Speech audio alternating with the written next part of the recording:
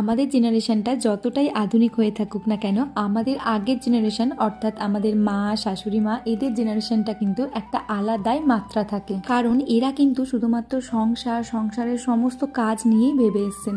তো এর বাইরে কিন্তু আলাদা রকমভাবে কিছু করবে বা আলাদা কিছু নিজেকে নিয়ে ভাববে সেটুকু কিন্তু এরা কখনোই করতে পারে। যেটুকুই করতো সেটুকুই ভালোবেসে মন প্রাণ দিয়ে কিন্তু এরা করতেন। ছোট থেকেই দেখে আসছি মা সংসার নিয়ে কতটাই না পরিশ্রম করতেন, মানে সময় মতো সবাইকে খেতে দেয়া, কার কি প্রয়োজন সমস্ত কিছুটা কিন্তু একার হাতে সামলাতেন। আর এখন যেহেতু আমার বিয়ে হয়ে গেছে, আমারও একটা সংসার হয়েছে, তাই আমি এটা ফিল করি মা কতটা পরিমাণে পরিশ্রম করতেন।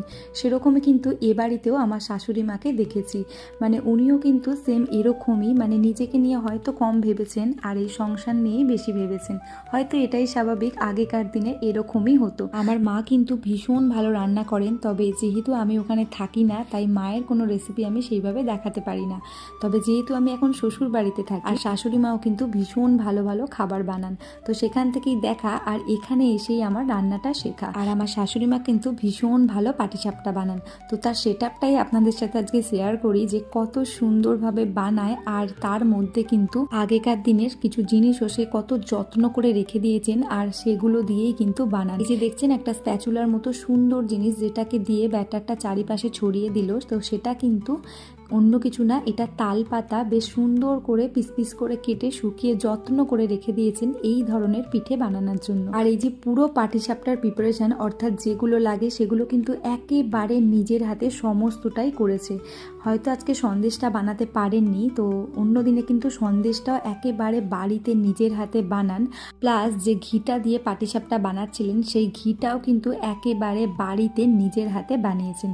তো আমি কিন্তু আজকে একটু ট্রাই করছিলাম, তো মাকে বললাম চলো আমি কয়েকটা লাস্টে করে দেখি।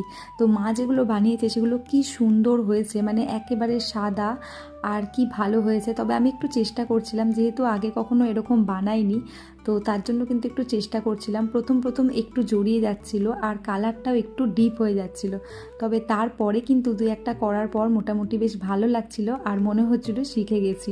আপনারা হয়তো ভিডিওর প্রথম দিকটা লক্ষ্য করলে দেখতে পাবেন পাটিসাপটা এই যে বানাচ্ছিল তাওয়াটায়, তার মধ্যে কিন্তু একটা বেগুনের মাথা কেটে সেটা অল্প করে একটু তেল দিয়ে গোটা তাওয়াটা মাখিয়ে নিচ্ছিল। ওই যে বললাম যে আগেকার মানুষের কি সুন্দর কত রকম এরা সেটআপ বানায়। আমরা হয়তো এখনকার যুগে সিলিকনের ওই অয়েল ব্রাশগুলো ইউজ করি, তবে দেখেছো আগেকার দিনের মানুষরা কত যত্ন করে তারা এই সামান্য জিনিস দিয়ে সুন্দর সুন্দর জিনিস বানাতো।